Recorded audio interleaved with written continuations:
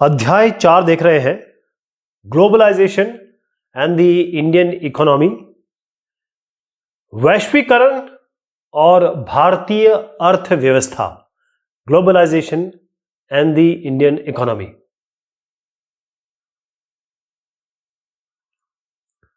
इसका मतलब क्या है? ग्लोब पूरे विश्व की बात हो रही है। ये अगर मान लीजिए एक कंट्री में कुछ बना और इस कंट्री से, एक देश से कई विदेश में, कई देशों में यह सामान भेजा गया। जब हम ग्लोबलाइजेशन की बात करते हैं, कई चीजें निकल के आती हैं जो मल्टीनेशनल कंपनीज हैं, उसमें बहुत बड़ा रोल प्ले करती हैं। हम ग्लोबलाइजेशन समझने की कोशिश करेंगे कि वैश्वीकरण होता क्या है और उसके क्या इफेक्ट है भारतीय अर्थव्यवस्था में। पहले मैं आपको मार्केट बताऊं। यह हिंदुस्तान का मार्केट है नॉर्मल। यहां पर कुछ लोग बेच रहे हैं, कई दुकानें हैं, कई स्ट्रीट वेंडर्स हैं, सड़कों पे बेचा जा रहा है, दुकानों में बेचा जा रहा है। ये सारे जो प्रोडक्ट हैं ये कहीं के भी हो सकते हैं। ये हिंदुस्तान के हो सकते हैं, ये किसी भी देश के हो सकते हैं जो यहां पर लाके बेचे जा रहे हैं। तो हमारा जो मार्केट है वो ट्रांसफॉर्म हो गया है। क्यों? क्योंकि चीजें चेंज हो गई। आप टीवी देखेंगे, कैमरा देखेंगे, मोबाइल फोन्स देखेंगे, ये सब सालों से चेंज हो गए। हिंदुस्तान की कंपनी, ऐसे ब्रांड्स भी हमको मिल जाएंगे जो विश्व के किसी भी देश में आपको मिल जाएंगे। मतलब बहुत सारी चीजें अब आपको अपने देश में अवेलेबल हो जाती है। जब हम प्रोडक्शन की बात करते हैं, मैं एक एग्जांपल दूं आपको, फिर हम आगे बढ़ते हैं। एक बहुत बड़ी एमएनसी है। एमएनसी का मतलब होता है मल्टीनेशनल कंपनी। मल्टी मतलब एक से ज्यादा, नेशनल मतलब देश। ऐसी कंपनी जो एक से ज्यादा देशों में जिसका आधार है, जहां वो बिजनेस करती है या सर्विस करती है। तो यहां पर एक इंडस्ट्रियल इक्विपमेंट बना रही है। ये बनाती है रिसर्च सेंटर यूनाइटेड स्टेट्स में जो है, वहां पर डिजाइन होता है इसका जो बनावट होती है, यानी फिर इसे कहें कि मैन्युफैक्चरिंग जो होती है वो चाइना में होती है। रिसर्च होता है इसका यूनाइटेड स्टेट्स में, मैन्युफैक्चरिंग होती है चाइना में। उसके बाद इनको लाया जाता है मैक्सिको और ईस्टर्न यूरोप में, जहां पर इसको असेंबल किया जाता है। जब ये फाइनल प्रोडक्ट बन जाता है तो पूरे विश्व में इसको बेचा जाता है। अब कस्टमर जब खरीद लेता है तो उसे कोई दिक्कत आ सकती है, परेशानी आ सकती है, गारंटी रिलेटेड कोई इशू होगा, तो वो डिस्कस करेंगे, वो बीपीओ से डिस्कस करेंगे, कॉल सेंटर्स। वो कॉल सेंटर हमारे हिंदुस्तान में। तो ये एक आपको पिक्चर दिखा रहा हूं, ये कॉल सेंटर की फोटो है और इसमें आपको सारी टेलीकम्युनिकेशन फैसिलिटी मिल रही है। कंप्यूटर दिख रहे हैं, टेलीफोन दिख रहे हैं, हेडफोन लगाया हुआ है यहाँ के एम्प्लॉय ने। तो यहां पर ये पूरे विश्व को इस सामान के लिए मदद कर रहे हैं। यहां पर फिर से समझिए, रिसर्च यूएस में हो रही है। रिसर्च यूएस में हो रही है। जब इसका डिजाइन तैयार हो गया तो जो अब चाइना जो है इसे मैन्युफैक्चर कर रहा है, कंपोनेंट्स बना दिए। अब कंपोनेंट्स जा रहे हैं, शिप हो रहे हैं मैक्सिको और ईस्टर्न यूरोप। उसके बाद ये सबको असेंबल कर दिया गया। यहां पे जो फाइनल प्रोडक्ट है अब ये जा रहा है लोगों के पास, बेच दिया। अब बीपीओ में इसकी आगे की, बेचने के बाद की जो आफ्टर सेल, जो कॉल सेंटर में इनकी डीलिंग हो रही है। आप देख रहे हैं कंपनी जो है वो अलग अलग देशों में काम कर रही है। इसीलिए हम इसको मल्टीनेशनल कह रहे हैं। आपने कितने सारे देशों का नाम देखा? 1 2 3 4 5, 4-5 देश देख रहे हैं आप यहां पर। इसीलिए इसको हम मल्टीनेशनल कंपनी कहते हैं। जो प्रोडक्शन हो रहा है वो केवल यूएस नहीं कर रहा है, यूएस में केवल डिजाइन हो रहा है। उसके बाद जहां उसको चीप लेबर मिल रहा है, जहां पर उसको मार्केट मिल रहा है, जहां पर उसको कॉल सेंटर सस्ता पड़ रहा है, वहां उसने अपने सेटअप डाल दिए। ये सब डिपेंड करता है कि फेवरेबल कंडीशंस क्या है। हो सकता है सरकार की पॉलिसीज के हिसाब से, हो सकता है फेवरेबल मार्केट के हिसाब से। इसका मतलब यह है कि अगर आप एक कंट्री की बात कहें तो हो सकता है ये अच्छी हो, यहां पर फायदा हो रहा हो तो यूएस में ही प्रोडक्शन हो जाए। तो होता यह है कि हम जो कॉलोनीज हम करते क्या है कि जैसे रॉ मटेरियल भेजते हैं और उसका जो प्रोडक्ट तैयार होता है वो हम फिनिश प्रोडक्ट ले लेते हैं। तो बहुत सारी ऐसी कंपनियां आई। एक एमएनसी को फिर से बता दूं, एक ऐसे कंपनी जो own and control production in more than one nation, एक देश से ज्यादा जहां पर उनके ऑफिसेस होते हैं, जिसके वो मालिक होते हैं और उनको वो कंट्रोल करते हैं। उस कंपनी के अलग अलग सेंटर पे अलग अलग काम हो रहा होगा और वो अलग अलग सेंटर्स होंगे अलग अलग देश में। उसका कारण ये है जहां पर भी उनको चीप पड़ रहा हो, रिसोर्सेस मिल जाए, चीप लेबर मिल जाए, सस्ता लेबर मिल जाए, या अवेलेबिलिटी मिल जाए रिसोर्सेस की, संसाधन वहां पर मिल जाए, गवर्नमेंट के रूल्स ऐसे हो जिससे उनको फायदा हो रहा हो बनाने में, जैसे गवर्नमेंट के थोड़े से फेवरेबल उनके पॉलिसीज हो, तब वो ऑफिस सेटअप करते हैं। और फिर ये जो एजेंसीज हैं ये केवल सेल नहीं कर रहे, केवल बेच नहीं रहे, यानी केवल यूएस से लेके वो इंडिया में या फिर चाइना, केवल वहां नहीं बेच रहे। ये फिनिश प्रोडक्ट केवल एक जगह नहीं बेच रहे, पूरे विश्व में बेच रहे हैं। इसके अलावा जो गुड्स और सर्विसेज हैं वो भी ग्लोबली जा रही है। इसका मतलब प्रोडक्शन जो है वो एक तरीके से, कॉम्प्लेक्स तरीके से इसका ताना बाना बुना हुआ है एमएनसीज के तौर पे अगर बताएं तो। जो गुड्स और सर्विसेज हैं, ये सामान जो बना रहे हैं या सर्विस दे रहे हैं, पूरे ग्लोब को दे रहे हैं, पूरे विश्व को दे रहे हैं। और जो production is organise in increasing complex में, अलग अलग देश अलग अलग चीज़ों में काम कर रहा है, हर एक देश का रूल्स अलग होते हैं, हर एक देश के लेबर कॉस्ट अलग होते हैं, हर एक देश की जो पॉलिसीज अलग होती हैं, सब देश की अलग अलग बातें, इसलिए थोड़ा सा कॉम्प्लेक्स ताना बाना बन जाता है। अब अगर हम बात करें इंटरलिंकिंग प्रोडक्शन अक्रॉस कंट्रीज, इसका मतलब क्या हुआ? फिर से मैं बताऊं कि आप कहां इंडस्ट्री स्थापित करेंगे जब आपका आसपास मार्केट हो।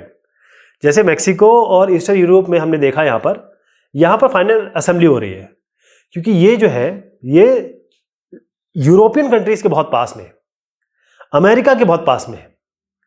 मतलब मैक्सिको ईस्टर्न यूरोप में इसलिए किया गया क्योंकि वहां असेंबल हो जाए और वहां से वो आराम से बेच सके।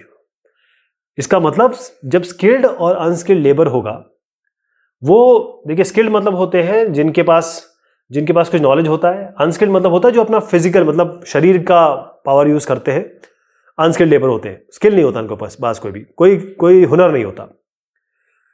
तो अगर आप देखें, अगर ये जो लेबर है वो लो कॉस्ट पे अवेलेबल है, उनको बहुत ज्यादा पैसा नहीं देना पड़ रहा है, ऐसे फैक्टर्स है वहां पर प्रोडक्शन की कॉस्ट कम है, तो वो वहां फैक्ट्रीज लगा पाएंगे जहां पर वो गवर्नमेंट जो है वो कहेंगी आइए आप हमारे देश में यहां सेटअप करिए, बाकायदा आप अपनी सर्विस प्रोवाइड करिए।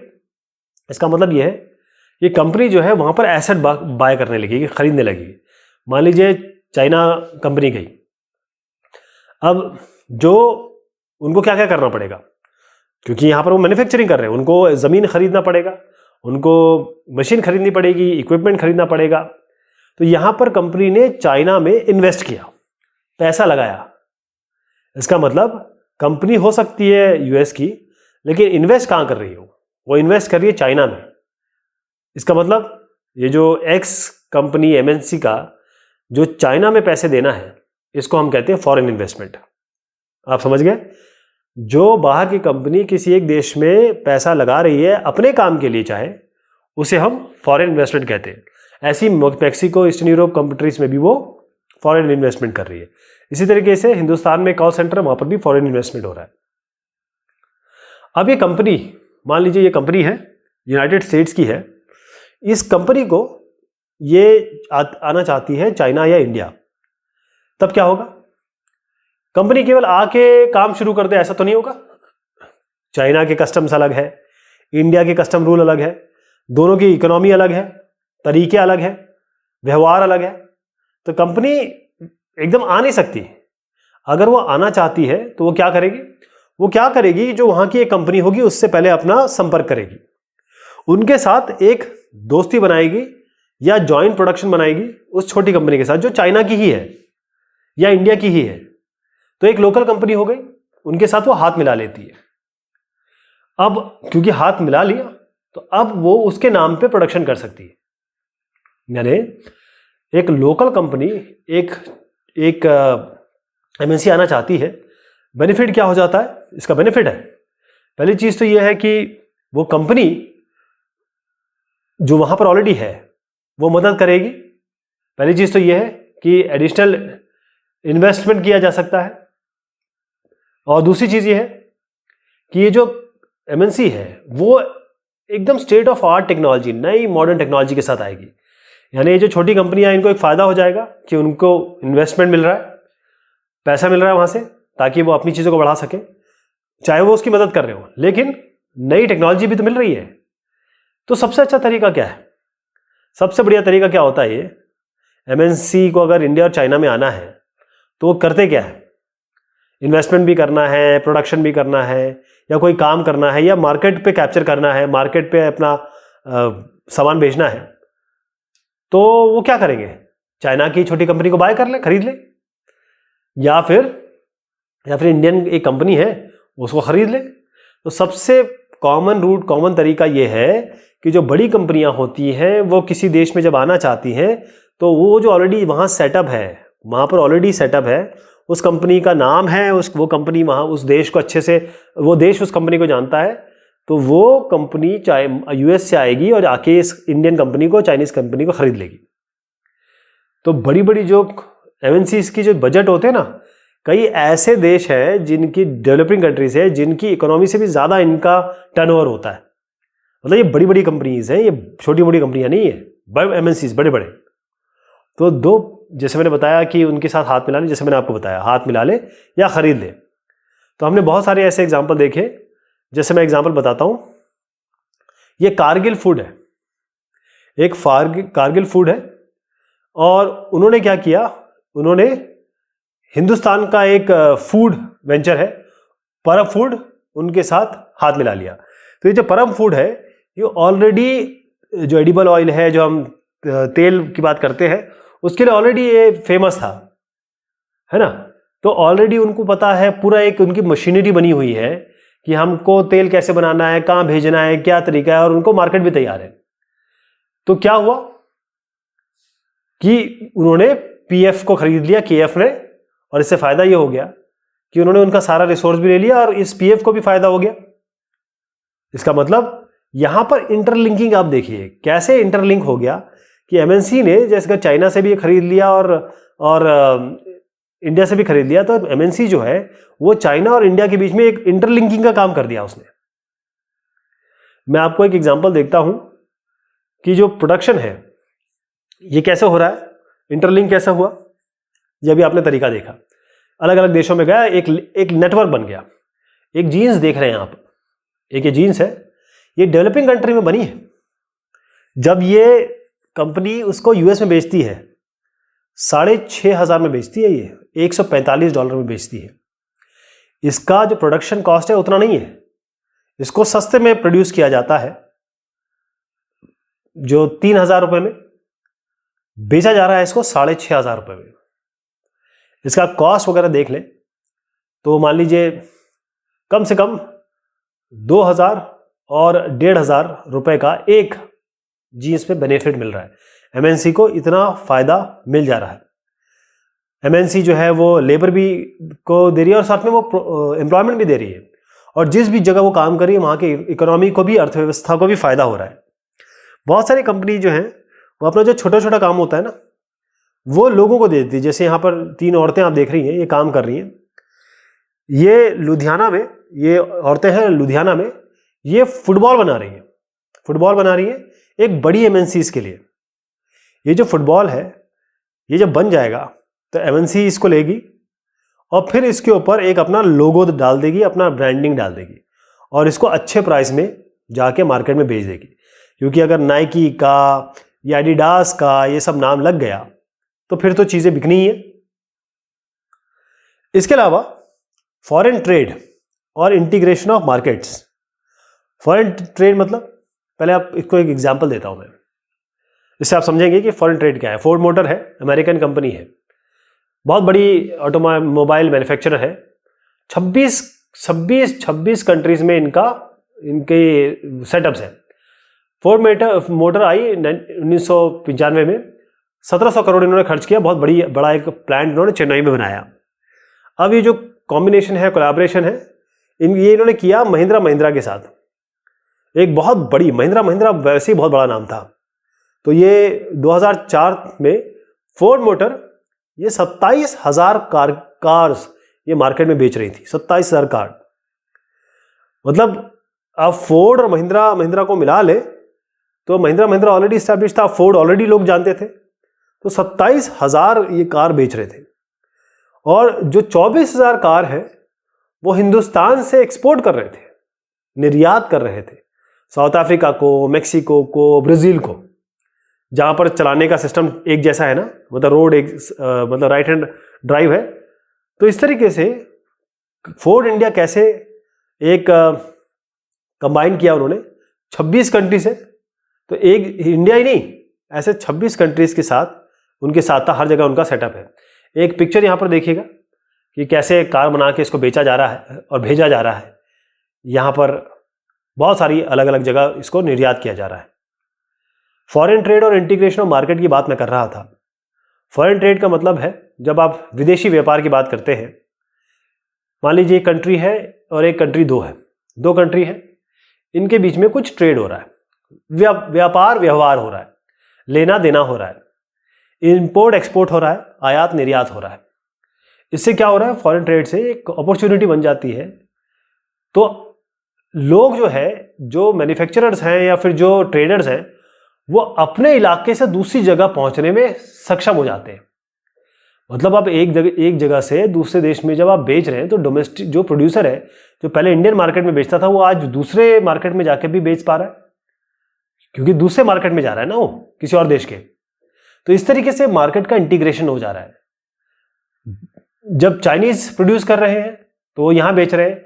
आप देखिए हमारे पास मैक्सिमम जो है चाइनीज सामान आता है अब, है ना। तो जब हम एक जगह से दूसरे जगह जा रहे हैं और लोगों का चॉइस बढ़ जाता है, आपके पास जो चाइना की बात करता हूं मैं, चाइना कुछ प्रोड्यूस कर रहा है, खिलौने बना रहा है, टॉयज बना रहा है। अब ये टॉय जो है हिंदुस्तान में आ रहे हैं। ये टॉय आया है चाइना का, और इंडिया की कंपनी भी टॉयज या खिलौने बना रहे हैं।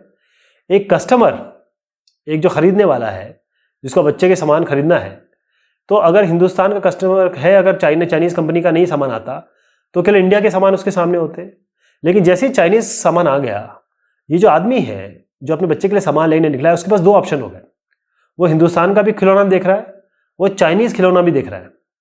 मतलब उसके पास अब ऑप्शंस बहुत ज्यादा हो गए, उपभोक्ता के पास अब चॉइसेस बहुत ज्यादा हो गई। तो इससे क्या हुआ कि जो एक जगह से दूसरी जगह जो गुड्स हो रहे हैं, ट्रैवल कर रहे हैं, एक जगह मार्केट से दूसरे मार्केट इधर जा रहा है, तो ये फॉरेन ट्रेड है, ये विदेशी व्यापार है। और हम ये कह सकते हैं कि ये इंटरकनेक्टेड है, इंटीग्रेशन है, मतलब ये दोनों अब जुड़ गए हैं, मिल गए हैं, एक दूसरे में जज्ब हो गए। ये मैं आपको समझाने की भी कोशिश कर रहा था। ये चाइनीज टॉय की यहाँ पर आपको मिलते हैं, और इससे क्या है, विविधता बढ़ जाती है, डिवर्सिटी बढ़ जाती है, विभिन्नता बढ़ जाती है, और एक कंज्यूमर को फायदा होता है, खासतौर पर रेट भी कम हो जाते हैं। तो मैं आपको ये बता रहा था कि जो चाइनीज मैन्युफैक्चरर जो हैं, चाइना के जो बनाने वाले हैं, उन्होंने देखा कि टॉयज़ अगर इंडिया में भेजे जाएं तो बड़ा अच्छा है, क्योंकि हिंदुस्तान के जो टॉयज़ थे जो बना रहे हैं वो काफ़ी महंगे थे। तो उन्होंने क्या किया, अपने सामान भेजना शुरू कर दिया। अब हिंदुस्तान का जो आदमी है उसको ऑप्शन मिल गया कि भाई उनके पास दोनों टॉयज़ दिख रहे हैं।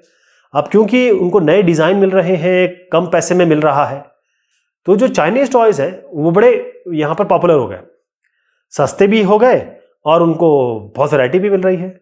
इसका मतलब ये है कि एक ही साल में 70 से 80% जो है वो हिंदुस्तान के टॉय हट गए और चाइनीज टॉय यहाँ पर आ गए, क्योंकि इंडियन टॉयज जो है वो कम्पीट नहीं कर पाए चाइनीज टॉय से।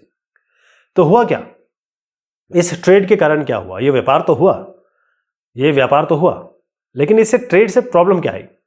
जो चाइनीज टॉयज हैं वो ऑलरेडी उन्होंने कब्जा किया मार्केट में। अब हिंदुस्तान और चाइना के टॉयज के प्रोड्यूसर के बीच में फाइटिंग शुरू हो गई, मतलब फाइटिंग मतलब अच्छे टर्म्स में। इसका मतलब हिंदुस्तान को अब ये एक चाइनीज टॉयज बढ़िया बन गए। अब हिंदुस्तान के टॉय मेकर को भी की बात ये आ गई कि भाई उनको भी अपना लेवल बढ़ाना पड़ेगा, क्योंकि इंडियन बायर को चॉइसेस मिल गई, वो ज़्यादा चाइनीज़ के पास जा रहा है। तो उनको इंडियन टॉय मेकर ने फाइट ना करके उन्होंने कहा कि हमको तो लॉस हो रहा है, हमको तो पैसा नहीं मिल रहा है, जबकि होना क्या चाहिए था कि उनको फाइट करना चाहिए था। वैश्वीकरण क्या होता है? जैसे मैंने बताया था पहले कि ये शब्द आया है ग्लोब से। ग्लोब क्या होता है? एक रिप्रेजेंटेशन होता है जिसमें पूरे विश्व के देश होते हैं।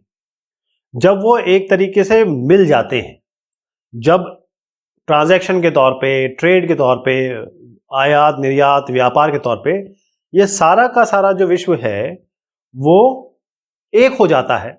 जैसे हमने कहा कि मल्टीनेशनल कॉर्पोरेशंस होते हैं और वो बहुत सारे जो फॉरेन ट्रेड हो रहा है एक कंपनी से दूसरे कंपनी, एक देश से दूसरे देश, तो इससे क्या हो रहा है कि बहुत सारे देशों में बहुत सारा ट्रेड हो रहा है अलग अलग देशों से। तो इससे क्या हो, इंटीग्रेशन हो जा रहा है, बहुत सारी कंट्री जो है साथ आ रही है। इसका मतलब यह है कि जैसे प्रोडक्शन हो रहा होता है एक जगह पे, दूसरी जगह मार्केट है, तीसरी जगह पे डिजाइन हो रहा है और चौथी जगह पे शायद कॉल सेंटर्स हों, तो एकीकरण हो रहा है। ग्लोबलाइजेशन का मतलब यह होता है it's a process of rapid integration और इंटरकनेक्शन बिटवीन द कंट्रीज। बहुत सारे देश जो हैं वो एक आ जाते हैं। इसका मतलब यह है कि रैपिड इंटीग्रेशन और इंटीग्रेशन बिटवीन कंट्रीज, अलग अलग जो विश्व के देश हैं वो अगर एक साथ आ जाएं, इंटीग्रेट हो जाएं या इंटरकनेक्ट हो जाएं, संबंधित हो जाएं या एक साथ मिलके आ जाएं, एक नॉट रियल तरीके से, एक तरीका जिसमें व्यापार हो रहा है, आयात निर्यात हो रहा है, तो इसे हम ग्लोबलाइजेशन कहते हैं। एमएनसीज का बहुत बड़ा रोल है और बहुत बहुत ज्यादा से ज्यादा गुड और सर्विसेज, इन्वेस्टमेंट और टेक्नोलॉजी, ये सब कंट्रीज के बीच में आज आ रही है, जा रही है।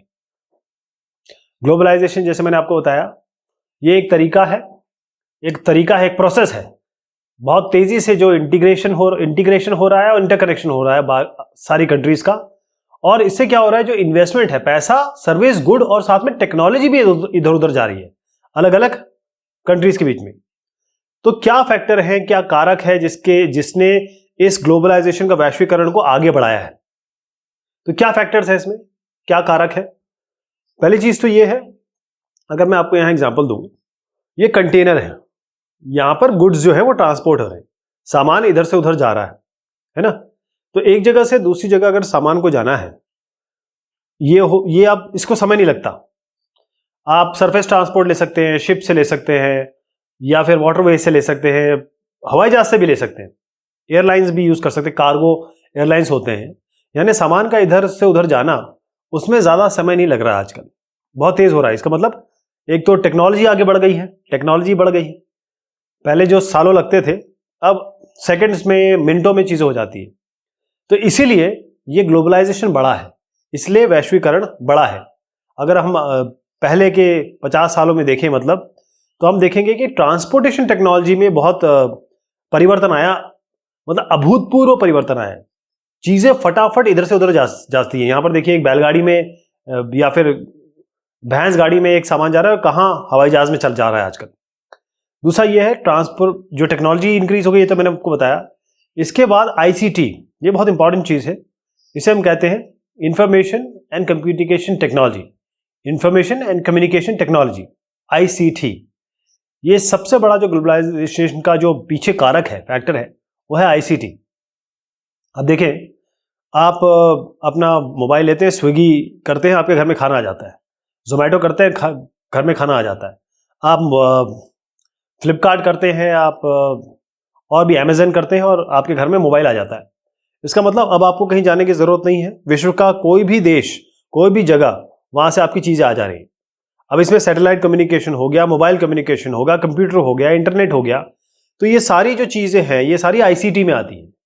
तो आपने देखा कि अगर आपका बेटा, भाई, बहन यूएस में भी है, तो आप उससे वीडियो कॉल कर रहे हैं, आपको लगता है वहीं पे हैं आप लोग। यही ट्रेड के साथ है, यही व्यापार के साथ है।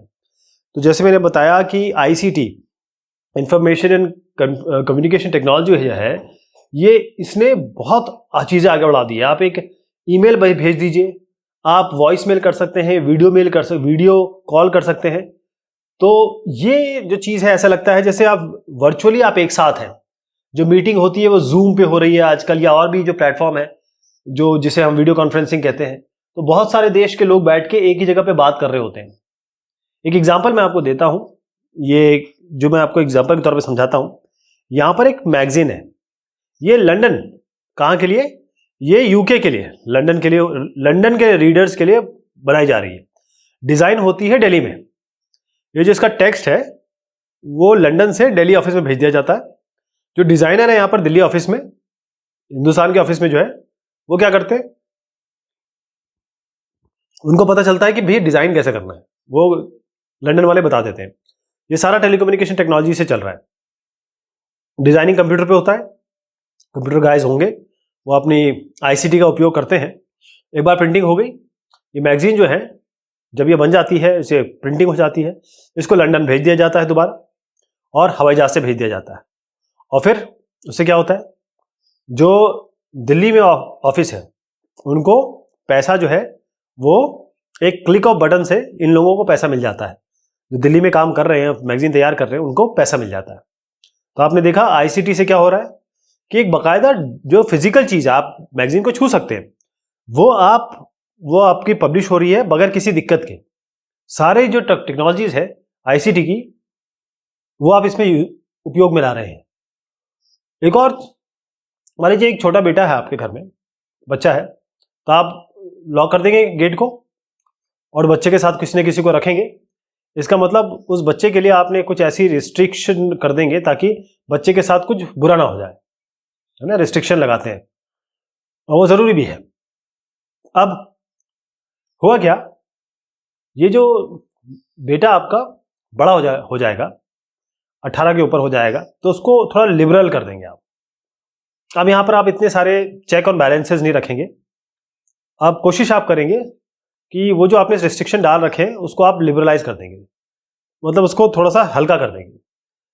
तो यहां पर ट्रेड की जब मैं बात करूंगा तो लिबरलाइजेशन का मतलब इसी तरीके से समझ लीजिए। होता यह है कि मान लीजिए कोई एक कंट्री एक है, एक कंट्री दो है। अब मान लीजिए आपकी कंट्री में कोई आ रहा है, कमिंग इंडिया में कोई आ रहा है, तो हम करता क्या है कि एक बैरियर है, एक टैक्स बैरियर है। जैसे आपने बच्चे के लिए आपने एक बैरियर रखा था। बैरियर क्यों था, क्योंकि आप बच्चे को रोक रहे थे। तो आपके पास, आपके कंट्री में कोई आता है, मान लीजिए ट्रेड करना चाहता है, कुछ बेचना चाहता है, तो आप क्या करते हैं कि एक रिस्ट्रिक्शन डालते हैं, अवरोधक डालते हैं। तो ये जो अवरोधक है ना, ये नल की तरह है, जितना ज्यादा खोलेंगे उतना ज्यादा पानी बहेगा। मतलब अगर कोई चीज वो नहीं, अगर आप नहीं चाहते कि गवर्नमेंट नहीं चाहते कि इंपोर्ट हो कोई चीज, तो हम नल को टाइट कर देंगे। इसका मतलब ज्यादा इंपोर्ट ड्यूटी डाल देंगे, उस चीज पे ज्यादा इंपोर्ट ड्यूटी डाल देंगे। आप चाहते हैं कोई वस्तु हिंदुस्तान में बहुत ज्यादा आए, तो अब नल को जरा खुला छोड़ देंगे, पानी बहने देंगे।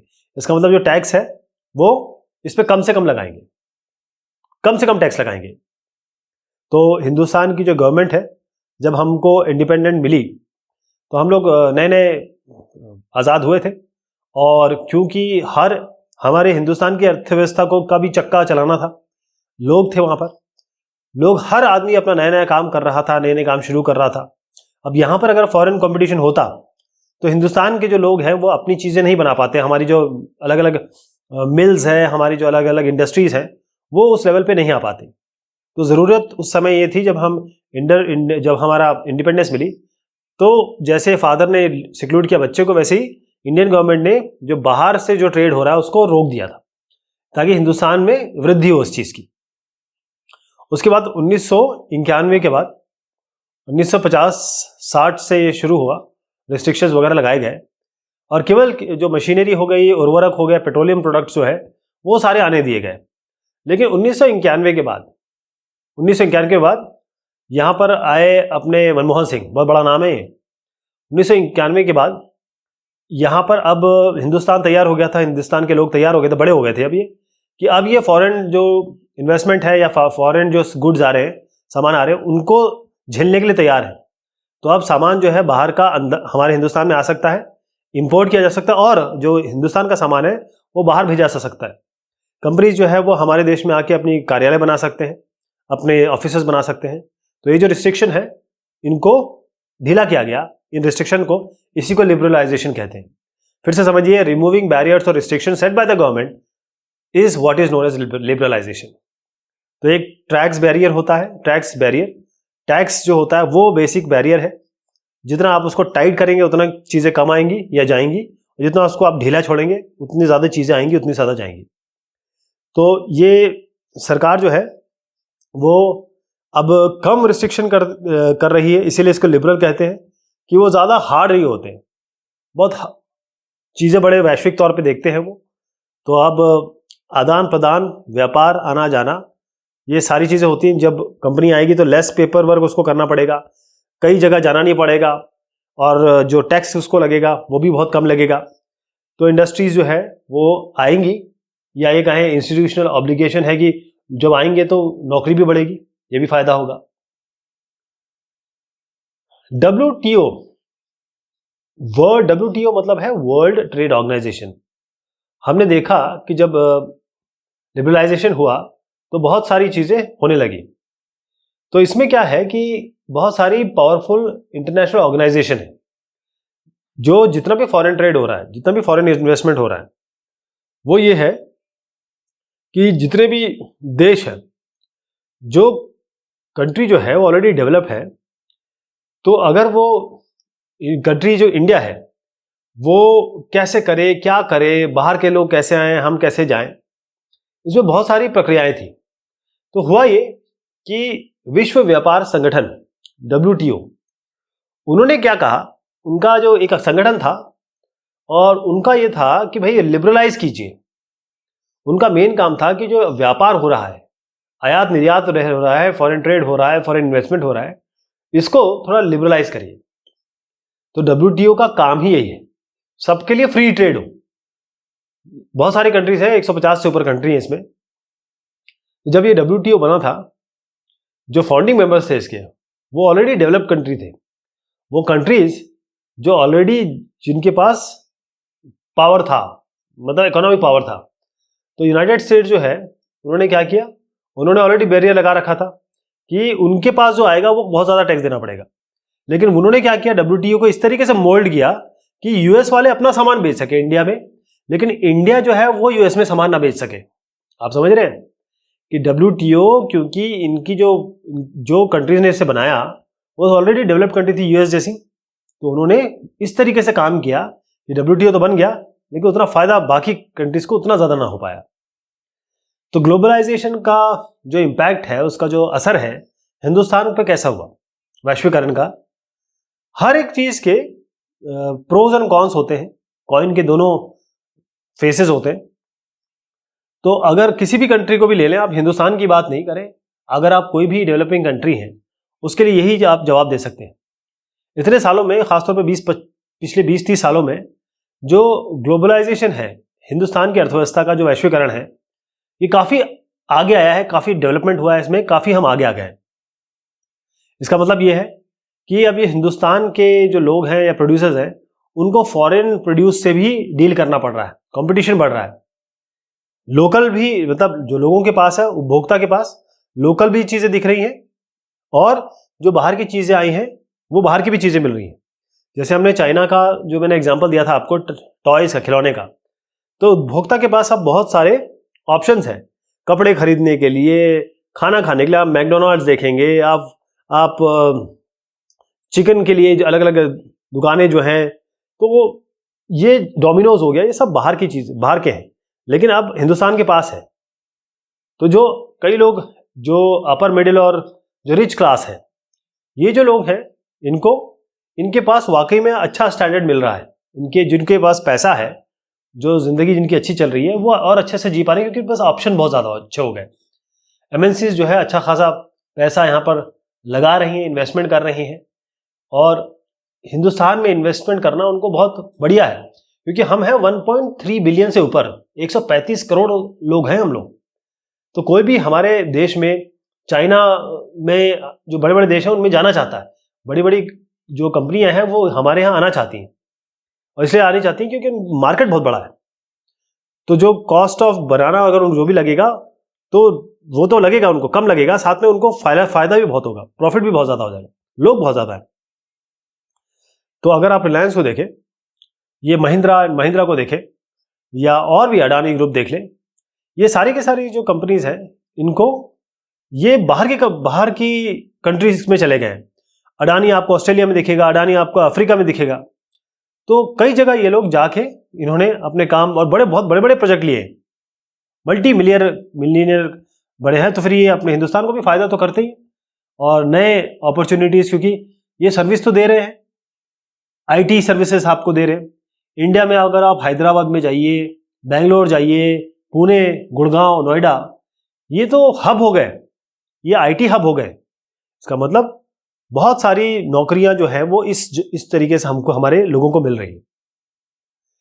जैसे मैं आपको बताऊं, एक छोटी सी चीज बताता हूं। हम रेडी हैं इन्वेस्ट करने के लिए। ये साहब जो है ये कह रहे हैं कि अगर हमको फॉरेन ट्रेड को अट्रैक्ट करना है, अपने यहाँ बुलाना है, तो हिंदुस्तान और बाकी कंट्रियों ने क्या किया है, उन्होंने SEZ बनाए हैं, स्पेशल इकोनॉमिक जोन बनाए हैं, SEZ बनाए हैं। इसमें क्या है कि ये अपने आप वर्ल्ड क्लास फैसिलिटीज है, इलेक्ट्रिसिटी की, पानी की, रोड की, ट्रांसपोर्ट की, स्टोरेज की, रिक्रिएशनल एक्टिविटी की, एजुकेशनल फैसिलिटी की। तो जो कंपनीज 5 साल तक अगर एक कंपनी आ रही है तो इनको कोई टैक्स नहीं देना पड़ता शुरुआत में 5 साल में। तो अगर ये फ्लेक्सिबिलिटी दे दे, आपका ऑलरेडी SEZ बना हुआ है और किसी फॉरेन कंपनी को पता है कि वहाँ ऑलरेडी SEZ है, वहाँ हम जाएंगे तो हमें यहाँ फैसिलिटी मिलेगी, तो वहाँ उनको हिंदुस्तान के जो लेबर है थोड़ा चीप है, तो रिसोर्सेज जो है वो इंडियन इकोनॉमी से आएगा। इसका मतलब ये है कि लेबर लॉज जो है थोड़ा सा फ्लेक्सिबल अगर हम किया जा सके तो ये लोग आके उनको हायर कर सकते हैं, है ना। थोड़ा मुश्किल हो उनको फायर करना, ये ध्यान रखिएगा। अब कंपटीशन तो है ही, जब वैश्वीकरण बढ़ेगा तो कंपटीशन तो बढ़ेगा। अब कई जो कंपनीज है जो MNCs नहीं है, जो एक छोटे व्यापारी है, MSME सेक्टर वाले जो लोग हैं, तो वहां पर वो लोग जो जिनका टर्नओवर बहुत ज़्यादा नहीं है, जो कभी ये सोच नहीं सकते कि हम चाहे नेपाल या भूटान में भी सामान बेच दें, तो वो जो छोटे व्यापारी हैं उनको बड़ा कंपटीशन करना पड़ा है, उनको MNCs के कारण। और जो हिंदुस्तान के भी कई ऐसी जो कंपनीज है उन्होंने जब ओवरटेक कर लिया मार्केट को, तो यहाँ पर थोड़ी दिक्कतें शुरू हो गई। इसका मतलब एक डिसएडवांटेज हो गया, क्योंकि इससे हमारे हिंदुस्तान के लोगों का भी रोजगार छूट रहा है, जो छोटे, खासतौर पे जो छोटे और मंझोले उद्योग हैं। बड़े की बात तो नहीं कर रहा हूं मैं, बड़े का तो हमने सारी डिस्कशन कर लिया, लेकिन सारे जो टॉयज है, बैटरी, कैपेसिटर, प्लास्टिक, टायर, ये सारे के सारा जो है बाहर की चीजें अब लोग यूज कर रहे हैं, क्योंकि वो उतनी अच्छी क्वालिटी के नहीं है, और दूसरा ये है कि वो सस्ते हैं।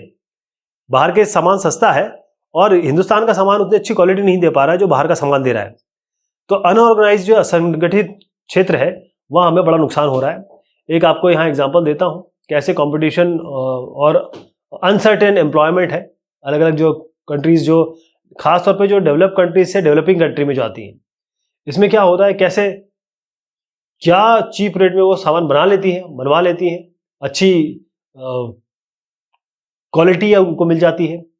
तो जब होता यह है कि वो कम प्राइस में यहाँ बना लेती हैं, लोग जो है लेवाइस खरीद रहे हैं, एडिडास खरीद रहे हैं।